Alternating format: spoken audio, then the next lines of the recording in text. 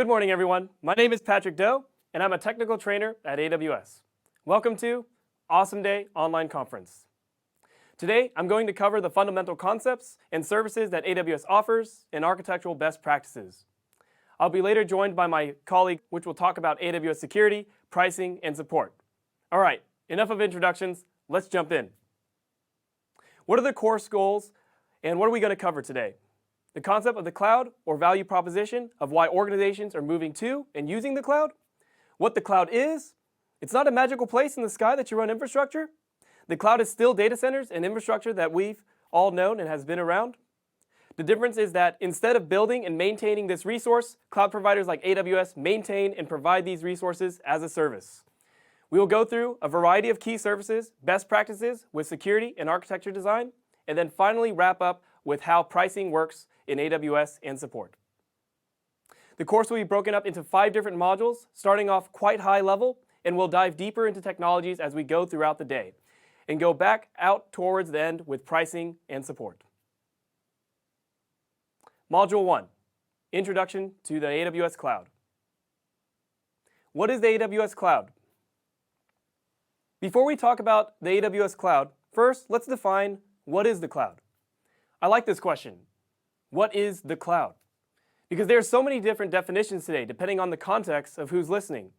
If it's friends or family, when we think cloud services like online storage, content streaming, and online applications. For businesses, cloud services could be platforms and infrastructure as a service such as databases and virtual servers. Cloud services are products or offerings in which their primary delivery channel is over the internet. But today, let's focus on AWS Cloud. What is the cloud in the perspective of AWS? We consider ourselves a cloud service provider. The idea is that we provide IT resources and applications over the internet. These resources are nothing new or different. They're the same on-premise servers and data centers we've had for decades.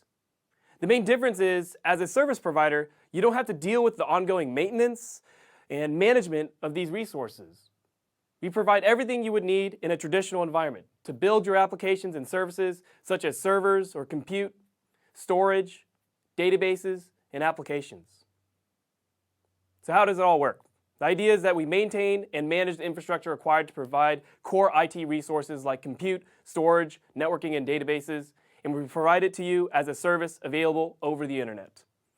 As a large provider, we have vast amount of resources, so you just provision what you need when you need it, and only pay for what you use.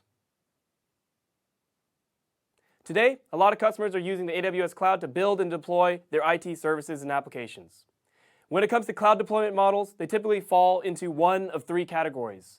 On-premise, or known as private cloud, in which customers build, run, and maintain a cloud environment in their own data centers. Hybrid cloud, in which they augment the capacity of their existing data centers by utilizing a public cloud provider like AWS, common against enterprises with legacy systems. Finally, all in the cloud, in which they wholly run their IT services and applications on the cloud, which is very popular among startups today. So, what are some of the benefits of the cloud? Why are people moving to the cloud, and how does that change the way we build and deploy IT services and applications to our customers? The first is trade capital expense for variable expense. Traditionally, to build or develop a new service requires infrastructure planning to build servers and data centers to provide these services. This process involves capacity planning, procurement, and construction of these data centers. This process would be timely and costly and pose a lot of risks and resources that may or may not be of value for an unproven service or product, in which resources could be better diverted to new projects elsewhere. The cloud allows us to reduce this risk and only pay or invest in capital on resources when we use it, or pay only for the amount you consume. Massive economies of scale. AWS is a large cloud provider, right, and offers services to hundreds of thousands of customers. Because of this scale, we can find efficiencies, which translates to lower prices for you, our customer. In fact, AWS has reduced prices 72 times since our launch in 2006. My favorite is when AWS reduced the pricing of S3 in half in 2016. If you search pricing reductions on AWS, you'll find about these. stop guessing capacity. The corollary to trade capital expense for variable expense is that when we try to build services and size our data center, we build it based on the forecasting models and prediction of usage, which typically leads to one of two scenarios. What if we build more capacity than we need? Well, this would lead to wasted resources in which we have servers and compute idling and underutilized, which could be capital we could invest in new initiatives or projects, or people to help grow our business. The other scenario, what if we build less capacity than we need? Well, this would lead to not enough capacity to serve our customers, impacting the services we provide, leading to customer attrition or lost opportunities. Neither scenario is good. It's a lose-lose situation. We're trying to predict the future. That's very hard to get right. With AWS Cloud, we can provision just the capacity that we need. If we need more, we can get more. If we have too much, we can get rid of it.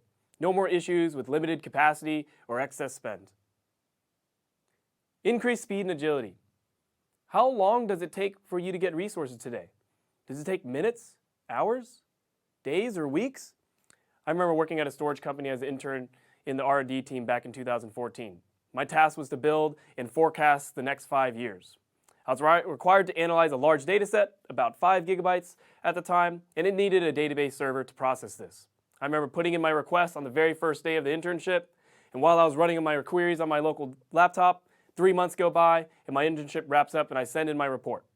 While checking out, I finally get an email from IT that my database server was finally ready. Does this sound familiar?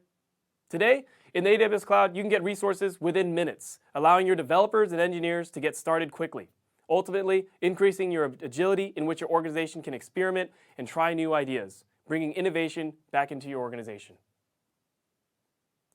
Stop spending money on running and maintaining data centers. I've already talked about this before, but look at it from a different perspective as businesses. Do any of us run a business in which our primary product is IT services and applications? Most likely not. And even so, is your business providing the core resources like servers, networking, and storage? You're probably providing some other service utilizing these resources. Every modern business today needs IT resources and services to function. Why are you wasting time and money on these tasks that don't help you focus on your core business? Let someone else deal with it instead so you can focus on what matters. Go global in minutes. AWS, being a global cloud provider, has infrastructure built around the world. This means that you can leverage these resources whenever you wish, making it easy to expand and optimize your services for customers around the world. We'll talk more about AWS infrastructure in the next module. At AWS, security is a top priority. From the design of our data centers to our services, we start from the ground up with security in mind as a focus. We put strong safeguards through tools and practices to help protect the data you store. When you build our services, we work with regulators to ensure we meet compliance requirements so that you can start off on a stronger foundation. Ultimately, allowing your business to focus on what matters, saving money, and giving you the capacity to scale when needed. So what is AWS Cloud? Today, the AWS Cloud is an on-demand offering of IT services and resources available over the internet in a pay-as-you-go model. From infrastructure services such as compute, storage, and networking, platform services like databases, AI/ML, and automation tools, to application services that make it easy to manage documents, email, and virtual desktops in the cloud. Today, AWS provides over 140 services you can leverage to build your business, all of which have been driven by valuable feedback we get from you, our customer. So don't be afraid to let us know how we can do things better or if there's something you need. AWS Global Infrastructure. We talked about how AWS builds and manages data centers around the world for you. We organize these data centers into what we call regions, availability zones, and edge locations. It's very important to know these concepts as they are vital to building highly available and fault-tolerant systems on AWS. What does this look like?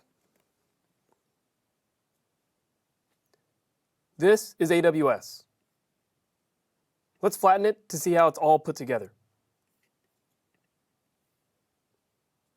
Here, you can see AWS's data center organized around the globe into our regions, which are in orange, availability zones, which I'll show in a little bit, in blue, and edge locations or points of presence in pink. It's important to know these concepts because they're vital to building highly available and fault-tolerant systems on AWS. Let's take a closer look at one of the regions. In this case, Singapore, or AP Southeast-1. A region is where we serve our services such as Amazon EC2, Amazon S3, etc. They are designed to be completely isolated from the other regions, meaning that when you create resources in AWS, they'll be tied to the region you select and don't replicate automatically. In the next slide, we'll talk about how we differentiate the availability zones, or AZs. Every region around the world is comprised of 2 or more availability zones, also referred to as an AZ.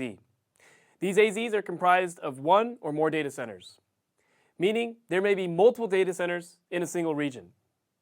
So how do we separate these data centers into AZs? When we design a region, we have to take into account what hazards or scenarios can take down a physical data center, such as utility faults, such as power and network outages, but also geographic hazards like typhoons, floods, and earthquakes. Or my personal favorite, a supersized T-Rex coming from the depths of the ocean and destroying an availability zone. However, they are still close enough for low latency replication. For example, here we have AP Southeast 1, also known as Singapore, which is comprised of 3 availability zones, denoted with the suffix A, B, and C at the end of the identifier AP-Southeast-1. For some resources, like an Amazon EC2 instance or a virtual machine in the cloud, we create these in availability zones, meaning that if that supersized T-Rex woke up today and stepped on a particular availability zone, it would destroy our EC2 instance. So we have to architect or deal with this by having 2 EC2 instances instead of 1. However, availability zones don't deal with what I consider calamities or catastrophic events, such as a comet strike hitting the Earth. But in all honesty, if a comet hits the Earth, it's also worth considering what business priorities are at that point. Do I really need to have my online delivery business available in an incident like a comet hitting the Earth? In which we have tools and options to replicate across regions, which we talk about later. So, what are some things you need to consider when selecting a region? First is data governance and legal requirements. Does your workload require you to keep your data sovereign in your borders? If so, this is the first criteria. Second is latency. The closer the region is to your customers, the faster you can provide those services to them. I got a case once, which a customer complained about speeds to AWS S3 for a data analytics workload. They had terabytes of data sitting in S3, our object storage service in North Virginia, one of our regions. That was taking hours to load into their Redshift cluster, our data warehouse service. With further investigation, we found that their data warehouse was sitting in Tokyo, meaning that the data had to travel the World Wide Web from the US to Japan. So don't forget your internal customers as well. Service availability also varies from region to region as well, as more mature regions will have newer services over the newer regions. If there's a service you desire in a region, please submit feedback to AWS so we know to bring it to your region.